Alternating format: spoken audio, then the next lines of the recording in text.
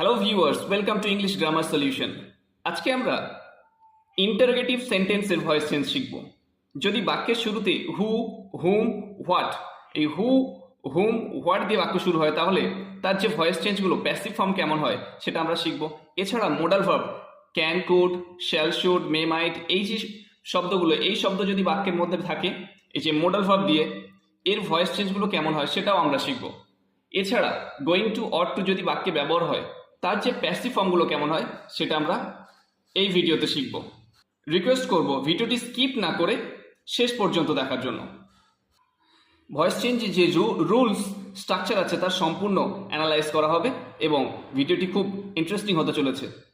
আর ভিডিওটি যদি ভালো লাগে তাহলে অবশ্যই লাইক, শেয়ার এবং কমেন্ট করবে, আর চ্যানেলটি সাবস্ক্রাইব করতে ভুলবেন না।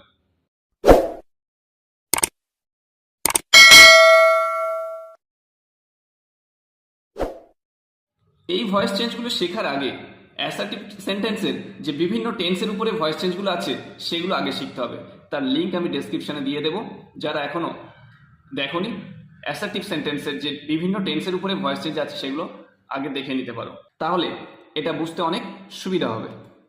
যদি WH word who, whom, what দিয়ে বাক্য শুরু হয়, তাহলে সেই সমস্ত বাক্যকে প্যাসিভ ফর্মে নিয়ে যেতে গেলে, প্যাসিভ ভয়েসে নিয়ে যেতে গেলে আমাদের যে রুলসটা ফলো করতে হবে, যে স্ট্রাকচারটা ফলো করতে হবে, সেটা হলো প্রথমে আসবে WH ওয়ার্ড, তারপরেই আসবে মেন ভার্ব অনুযায়ী আমাদের অক্সিলারি ভার্ব, যদি পাস্ট টেন্সে থাকে ওয়াজ, প্রেজেন্ট টেন্সে থাকলে অ্যাম, ইজ, আর, এবং তারপরেই আসবে অবজেক্ট এবং মেন ভার্বের থার্ড ফর্ম হবে V3, পাস্ট পার্টিসিপল ফর্ম হবে। তাহলে প্রথম যে এক্সাম্পলটি আছে, হু ডিড দ্য সাম, অঙ্কটি কে করেছিল, এখানে বাক্যের শুরুতেই হু দিয়ে শুরু হয়েছে। আর একটা কথা বলি, এই হু দিয়ে শুরু হলে আমরা প্যাসিভ করার সময় ফার্স্ট আমরা হুর জায়গায় আমরা লিখবো, WH ওয়ার্ডের জায়গায় আমরা লিখব, হু থাকলে লিখব বাই হুম, হু থাকলে আমরা লিখব বাই হুম। তাহলে কি করলাম, প্রথমে আসছে বাই হুম, WH ওয়ার্ডের জায়গায় কি করব, বাই হুম। তারপরে অক্সিলারি ভার্ব, যেহেতু এখানে মেন ভার্বটা আছে পাস্ট টেন্স, সেজন্য অক্সিলারি ভার্ব ওয়াজ এলো, বাই হুম ওয়াজ। তারপরে কি আসছে, অবজেক্ট, অবজেক্ট হলো দ্য সাম, এটাই object, by whom was the sum. তারপর আছে ভার্বের থার্ড ফর্ম, এখানে ভার্ব হচ্ছে ডিড, এর থার্ড ফর্ম হলো done, by whom was the sum ডান। তাহলে বাক্যে আমরা খুঁজে নেব প্রথমে ভার্ব এবং অবজেক্টটাকে। ভার্ব হলো এখানে ডিড এবং অবজেক্ট হলো দ্য সাম। তাহলে হুর জায়গায় চলে আসছে কি, বাই হুম, তারপরে অক্সিলারি ভার্ব, মেন ভার্ব অনুযায়ী পাস্ট টেন্স থাকলে ওয়াজ অথবা ওয়্যার, ওয়াজ ওয়্যার কখন হবে, এই অবজেক্ট অনুযায়ী, the some third person singular number, সেজন্য আমরা এখানে কি করেছি, ওয়াজ, বাই হুম ওয়াজ, তারপরে আসছে অবজেক্ট দ্য সাম, শেষে চলে যাচ্ছে ভার্বের থার্ড ফর্ম, ডিডের third form done, by whom was the sum done, কার দ্বারা অঙ্কটি করা হয়েছিল।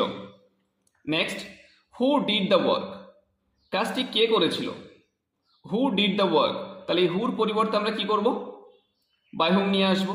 মেন ভার্ব হলো ডিড, এটা মেন ভার্ব হলো ডিড, দ্য ওয়ার্কটা হলো অবজেক্ট।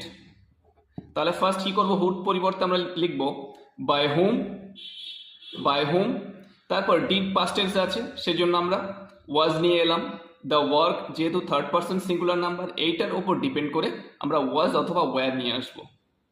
তাহলে থার্ড পারসন সিঙ্গুলার নাম্বার সেজন্য আমরা ওয়াজ বসালাম, বাই হুম ওয়াজ, তারপরে আসছে অবজেক্ট, যেহেতু অক্সিলারি ভার্বের পরেই আছে object, the work, by whom was the work, শেষে এই ডিড এর third form done. Next, whom দিয়ে শুরু হলে যে আমাদের যে স্ট্রাকচারটা ফলো করতে হবে, স্ট্রাকচারটা হলো প্রথমে আসবে WH ওয়ার্ড, WH ওয়ার্ড, তারপরে আসবে অক্সিলারি ভার্ব, অক্সিলারি ভার্বের সাথে আমরা মেন ভার্বের থার্ড ফর্ম ব্যবহার করব, তার সাথে মেন ভার্বের থার্ড ফর্ম ব্যবহার করব, তারপরে আসবে বাই, তারপরে আসছে সাবজেক্ট। আরও একটা জিনিস মাথায় রাখতে হবে, হুম দিয়ে শুরু হলে আমরা হুমের পরিবর্তে নিয়ে আসবো হু, তাহলে বাক্যটাকে আমরা প্যাসিভে করার চেষ্টা করব। এখানে ফার্স্ট যে এখানে যে এক্সাম্পলটি আছে, হুম ডাজ হি হেল্প, সে কাকে সাহায্য করে। তাহলে এই হুমের পরিবর্তে আমরা কি নিয়ে আসবো, হু। হু তারপরে আসছে অক্সিলারি ভার্ব, যেহেতু এখানে ডাজটা প্রেজেন্ট টেন্সে আছে, হেল্পিং ভার্বটা প্রেজেন্ট টেন্সে আছে, সেজন্য আমরা প্রেজেন্ট টেন্সে থাকার কারণে ইজ নিয়ে এলাম। হু ইজ, তারপরে আসছে ভার্বের থার্ড ফর্ম হেল্প, এর থার্ড ফর্ম হলো হেল্প, হু ইজ হেল্প। তারপরে আসছে বাই, তারপর সাবজেক্ট বাই, এই যে সাবজেক্ট হি ছিল, হিটার পরিবর্তে এসে গেল him, who is helped by him. Next, what does he need, তার কি প্রয়োজন, তার কি দরকার। তাহলে এখানে যে বাক্যটি আছে, হোয়াট থাকলে হোয়াটের কোনো পরিবর্তন করতে হবে না, হোয়াট থাকলে হোয়াটই বসে যাবে।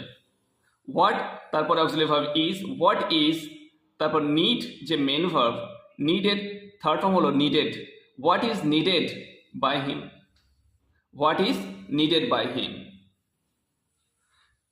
হু হুম হোয়াট দিয়ে শুরু করলে হু থাকলে বাই হুম করতে হবে, হুম থাকলে হু হবে, এবং হোয়াট থাকলে হোয়াটের কোনো পরিবর্তন হবে না, এটা মাথায় রাখতে হবে।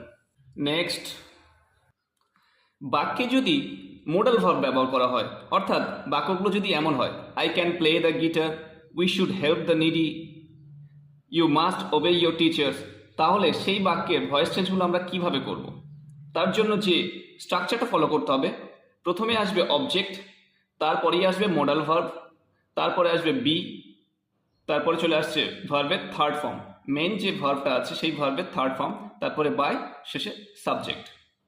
তাহলে ফার্স্ট যে এক্সাম্পলটি আছে, I can play the guitar, আমি গিটার বাজাতে পারি, I can play the guitar, আমি গিটার বাজাতে পারি। এই যে বাক্যটি, এই বাক্যে আমরা মোডাল ভার্ব ক্যান ব্যবহার করেছি। এখানে সাবজেক্ট হলো আই, ক্যানটা হলো মোডাল ভার্ব, আর যে প্লেটা হলো, এটা সাবজেক্ট, ক্যানটা হচ্ছে মোডাল ভার্ব, আর প্লেটা হলো মেন ভার্ব, দ্য গিটারটা হলো অবজেক্ট। তাহলে এখানে আমরা সবগুলো পেয়ে যাচ্ছি।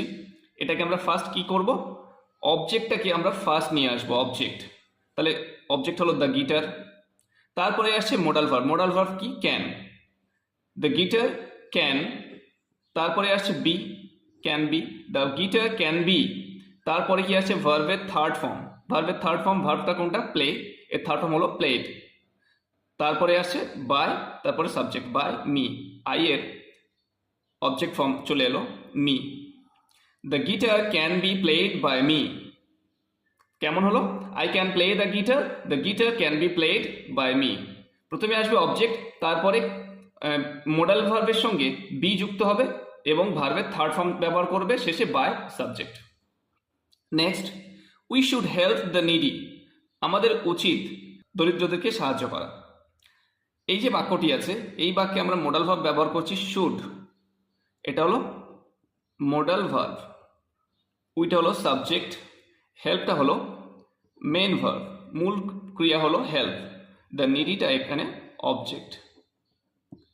তাহলে এটাকে আমরা কিভাবে করব, ফার্স্ট নিয়ে আসছি অবজেক্টটাকে, দ্য নিডি, তাহলে শুড থাকলে মোডাল ভার্বের পরেই বি ব্যবহার করে, should be, the needy should be, the needy should be, ভার্বের থার্ড ফর্ম, হেল্পের থার্ড ফর্ম হলো helped, the needy should be helped by us. যেহেতু এখানে সাবজেক্ট উই ছিল, উই এর অবজেক্ট ফর্ম আমাদেরকে ব্যবহার করতে হবে, উই থাকলে us, the needy should be helped by us. Next, you must obey your teacher, তুমি অবশ্যই তোমার শিক্ষকদেরকে সম্মান করবে। এই যে বাক্যটি আছে, এখানে সাবজেক্ট হলো ইউ, আর মাস্ট হলো মোডাল ভার্ব, ওবেটা হলো এখানে মেন ভার্ব, মূল ক্রিয়া, ইয়োর টিচার্স, তোমার শিক্ষকরা, তোমার শিক্ষকদের, এই যে অংশটা, এটা হলো অবজেক্ট। তাহলে ফার্স্ট আমরা অবজেক্টটাকে নিয়ে আসবো, ইয়োর টিচার, ইয়োর টিচার্স, তারপরে আসছে কি মোডাল ভার্বের সঙ্গে be, must be, your teachers must be, তারপরে আসছে ভার্বের third form obeyed by you, your teachers must be obeyed by you, you must obey your teachers must be obeyed by you. বাক্যে modal verb থাকলে এই ফর্মুলাতে আমরা voice change করতে পারি। Next, going to or to ব্যবহার করা হয়, বাক্যের মধ্যে যদি গোয়িং টু অর টু ব্যবহার করা হয় তাহলে সেই যে বাক্যগুলো আছে তার ভয়েস চেঞ্জ কেমন হবে? কিছু এক্সাম্পল দেখে নিই। He is going to buy a car, we are going to play cricket. যদি বাক্যগুলো এমন থাকে তাহলে তার যে ভয়েস চেঞ্জ করতে হবে খুবই সিম্পল। জাস্ট প্রথমে আসবে অবজেক্ট, তারপরে বি ভার্ব, এবং গোয়িং টু শেষে বি যুক্ত করবো আমরা, বি। অবজেক্টের পরে বি ভার্ব, তারপরে গোয়িং টু বি, ভার্বের থার্ড ফর্ম বাই সাবজেক্ট। খুব সিম্পল, গোয়িং টুর সাথে সবসময় বি যুক্ত হবে। তাহলে ফার্স্ট যে এক্সাম্পলটি, he is going to buy a car, সে একটি গাড়ি কিনতে চলেছে, সে একটি গাড়ি কিনতে যাচ্ছে। এটা প্যাসিভ কেমন হলো? প্রথমে আসছে অবজেক্ট এ কার, এ কারটাকে আমরা ফার্স্ট লিখলাম এ কার, তারপরে আসছে বি ভার্ব, এ কারের পরে এই যে ইজ আছে, ইজটা বসে গেল, বি ভার্ব ইজ, তারপরে আসছে going to, is going to, is going to be, going to be, এই গোয়িং টু বিটা একসাথে আসবে। A car is going to be, তো ভার্বের থার্ড ফর্ম, ভার্ব হলো এখানে বাই, বাইয়ের থার্ড ফর্ম হলো bought. A car is going to be bought by him, শেষে by plus subject, by him. He is going to buy a car is going to be bought by him. Next, we are going to play cricket, আমরা cricket খেলতে যাচ্ছি। কেমন হলো? We are going to play cricket, এখানে যেহেতু going to আছে তাহলে first কি এলো? ক্রিকেটটা অবজেক্ট, অবজেক্টটাকে ফার্স্ট নিয়ে এলাম। Cricket is going to be played by us, cricket is going to be, প্রথমে অবজেক্ট, তারপরে অক্সিলারি ভার্ব ইজ, তারপরে going to be, going to be এলো, তারপরে আসছে ভার্বের থার্ড ফর্ম প্লেড, প্লে এর থার্ড ফর্ম হলো প্লেড, তারপরে by plus subject by us, we থাকলে আমরা আস ব্যবহার করি। নেক্সট, বাক্যের মধ্যে যদি অট টু থাকে, এই বাক্যে যদি অট টু থাকে তাহলে তার আমরা ভয়েস চেঞ্জ করব। কিচ্ছু না, খুবই সিম্পল। যেমন অবজেক্ট ভার্ব সাবজেক্ট যেভাবে আমরা প্যাসিভ ভয়েস করি ঠিক সেভাবে জাস্ট এই যে অট টুর সাথে আমরা বি যুক্ত করব, অট টুর সাথে বি যুক্ত করব, আর কিছু না। তাহলে প্রথমে আসছে কি? I ought to write the application form, I ought to write the application form, আমাকে অ্যাপ্লিকেশন ফর্মটি লিখতে হয়েছিল। তাহলে এখানে যেটা আছে, আইটা হলো সাবজেক্ট এবং application form, the application form এটা হলো অবজেক্ট, এবং এই যে রাইটটা হলো মেন ভার্ব। এই কটাকে আমরা আমাদের বুঝে নিতে হবে। তাহলে প্রথমে আমরা চলে আসবো অবজেক্ট, তারপরে আসবে অট টু বি, তারপরে ভার্বের থার্ড ফর্ম বাই সাবজেক্ট। তাহলে প্রথমে আমরা অবজেক্টটাকে নিয়ে এলাম, the application form, the application form, তারপরে আসছে কি অট টু বি, ভার্বের থার্ড ফর্ম রিটেন, রাইট এর থার্ড ফর্ম হলো রাইট, রোট, রিটেন, ভার্বের থার্ড ফর্ম হলো রিটেন, তারপর বাই সাবজেক্ট আই এর অবজেক্ট ফর্ম হলো me. The application form ought to be written by me, I ought to write the application form, the application form ought to be written by me. And the last one is we ought to do the work, we ought to do the work. তাহলে এই যে সব বাক্যটি আছে, আমরা এখানে subject পেয়ে যাচ্ছি, উই, অবজেক্ট পাচ্ছি, দ্য ওয়ার্ক অবজেক্ট, এবং এই যে ডু এটাকে আমরা মেন ভার্ব হিসেবে পেয়ে যাচ্ছি। তাহলে এখানে প্রথমে আসছে the work object, the work একেবারে স্ট্রাকচার অনুযায়ী প্রথমে আসবে অবজেক্ট, দ্য ওয়ার্ক, তারপরে আসছে অট টু বি, যেমন আছে অট টু বি, তারপরে ভার্বের থার্ড ফর্ম, ডু এর third form did, done, do did done, ভার্বের থার্ড ফর্ম হলো done, the work ought to be done, তারপরে বাই আস, উই থাকলে আস, আই থাকলে মি, উই থাকলে আস। Very simple. এভাবে আমরা অ্যাক্টিভ থেকে প্যাসিভ করতে পারি।